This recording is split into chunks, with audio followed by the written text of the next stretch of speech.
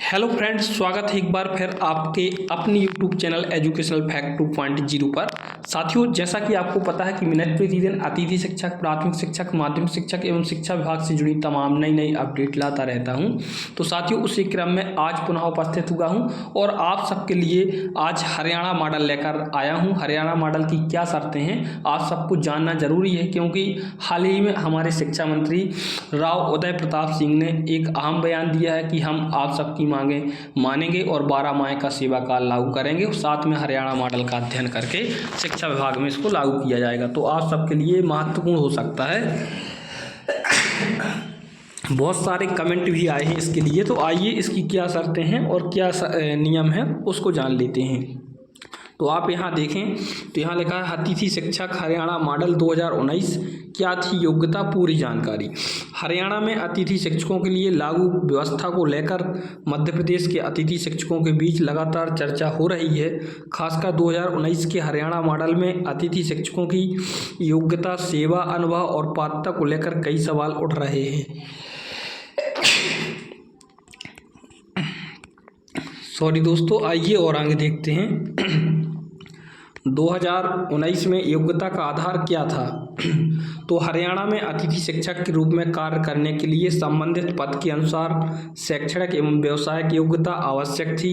यानी जिस विषय या पद के लिए शिक्षक की नियुक्ति होती थी उसके अनुसार निर्धारित योग्यता पूरी करना जरूरी था। तो मतलब कि जिस कोई टीजीटी वाला शिक्षक है, पीजीटी वाला है, तो उसके अनुकूल उसके पास योग्यता होना चाहिए। ठीक है ना। आइए और आगे जानते हैं। उदाहरण के तौर पर प्राथमिक स्तर के लिए संबंधित शिक्षक प्रशिक्षण योग्यता टीजीटी पद के लिए संबंधित विषय में स्नातक आवश्यक था और शिक्षक प्रशिक्षण अर्थात डीएलएड होना अनिवार्य था। पीजीटी पद के लिए संबंधित विषय में स्नातकोत्तर आवश्यक शिक्षक प्रशिक्षण भी जरूरी था। ठीक है ना, जिसे अपन लोग बीएड के नाम से जानते हैं। आइए और जानते हैं। इसके बाद इसमें लिखा हुआ है, आप यहाँ देखें, संबंधित पद के लिए निर्धारित पात्रता परीक्षा अन्य शर्तें जहाँ लागू हों। नियुक्ति के समय विभाग द्वारा निर्धारित अन्य पात्रता शर्तों का पालन, अर्थात कि आपके पास उस राज्य की पात्रता परीक्षा पास होनी चाहिए, साथ में व्यवसायिक और शैक्षणिक योग्यता पूर्ण होना चाहिए। ठीक है ना। और अतिथि शिक्षक के रूप में आपने कार्य किया हो। अनुभव का महत्व, हरियाणा मॉडल की चर्चा में सबसे महत्वपूर्ण बात लंबे समय से सेवा दे रहे अतिथि शिक्षकों का अनुभव है। कई वर्षों से स्कूलों में काम कर रहे अतिथि शिक्षकों के अनुसार अनुभव को सेवा व्यवस्था में महत्व देने की मांग की जाती रही है। इसी कारण मध्य प्रदेश में भी अतिथि शिक्षक संगठन हरियाणा मॉडल का उदाहरण देकर सेवा सुरक्षा, 12 माह सेवा काल, मानदेय वृद्धि और अनुभव के आधार पर लाभ जैसी मांगें उठा रहे हैं। तो इस प्रकार से ये मध्य प्रदेश में भी हरियाणा मॉडल का अध्ययन करके अतिथि शिक्षकों को उनकी सामाजिक सुरक्षा प्रदान की जा सकती है, क्योंकि वहाँ पे 12 माह का सेवा काल, मानदेय वृद्धि और जितनी भी सुरक्षाएं होती हैं वो सब प्राप्त है। आइए और आगे देखते हैं। एक जरूरी बात क्या है? एक जरूरी बात, हरियाणा का 2019 मॉडल देखकर यह मान लेना सही नहीं हुआ कि उसकी हर शर्त मध्य प्रदेश में अपने आप लागू हो जाएगी। मध्य प्रदेश में किसी भी नई व्यवस्था के लिए राज्य सरकार, स्कूल शिक्षा विभाग का आधिकारिक आदेश ही अंतिम आधार होगा। इसलिए अतिथि शिक्षक साथियों को अपनी शैक्षणिक योग्यता, व्यवसायिक योग्यता, टेट, अन्य पात्रता और सेवा अनुभव से संबंधित सभी दस्तावेज सुरक्षित रखने चाहिए। तो आप सब लोग जितने भी अनुभव हैं सभी निकलवा के रखें। कभी भी विभाग का आपके लिए आदेश आ सकता है और आपको ये लाभ प्राप्त हो सकता है। आइए और आगे देखें।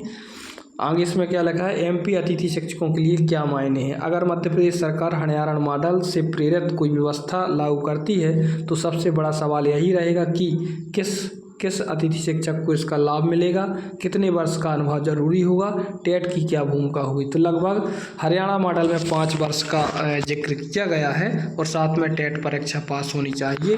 तो वहाँ पे अतिथि शिक्षकों को स्थायीकरण के रूप में दायरे में लाया गया। तो इस प्रकार से एमपी में भी हो सकता है। ठीक है ना। हो सकता है यहाँ टेट की परीक्षा के लिए कुछ समय दे दिया जाए कि 2 से 3 वर्ष के अंदर आप टेट की परीक्षा पास करके दें। ठीक है ना। आइए और आगे देखें। आगे क्या लिखा है, शैक्षणिक एवं व्यवसायिक योग्यता क्या होगी। पुराने अतिथि शिक्षकों को अनुभव का लाभ मिलेगा या नहीं। 12 माह सेवा काल की व्यवस्था कैसे लागू होगी। सेवा सुरक्षा और मानदेय को लेकर क्या नियम बनेंगे। इन सब बिंदुओं पर विचार विचार किया जा सकता है। आइए निष्कर्ष की ओर चलते हैं। निष्कर्ष में देखें, हरियाणा मॉडल 2019 की चर्चा इसलिए महत्वपूर्ण है क्योंकि यह अतिथि शिक्षकों की सेवा व्यवस्था को लेकर एक उदाहरण के रूप में सामने आता है, लेकिन मध्य प्रदेश में लागू होने वाली वास्तविक योग्यता और पात्रता वही मानी जाएगी जो एमपी सरकार के आधिकारिक आदेश में निर्धारित होगी। तो इस प्रकार से साथियों ये आपका हरियाणा मॉडल था। आइए और लास्ट में देखते हैं वहाँ का वर्तमान में मानदेय कितना है, उसको समझते हैं। हरियाणा के अतिथि शिक्षकों को वर्तमान में 2026 में कितना वेतनमान मिल रहा उसके बारे में देखते हैं। पीआरटी जो लगभग प्राइमरी टीचर हैं उनको लगभग 35,400 के स्तर से, और जो भी वृद्धि होती है वो अलग, ठीक है ना। टीजीटी के शिक्षकों को 40,000 मिलता है, पीजीटी के शिक्षकों को 49,000 मिलता है।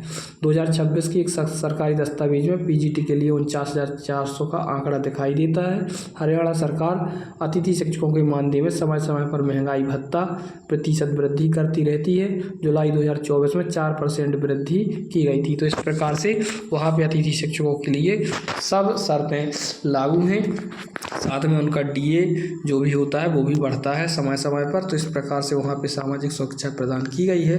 5 वर्ष को आधार माना गया, साथ में टेट की परीक्षा को आधार माना गया। इस प्रकार से वहाँ पे अतिथि शिक्षकों का रेगुलराइजेशन हुआ था। तो साथियों आपको वीडियो देखकर कैसा लगा और यह मॉडल समझकर कैसा लगा, कमेंट बॉक्स में अपना रिस्पॉन्स लिखें। बहुत बहुत धन्यवाद।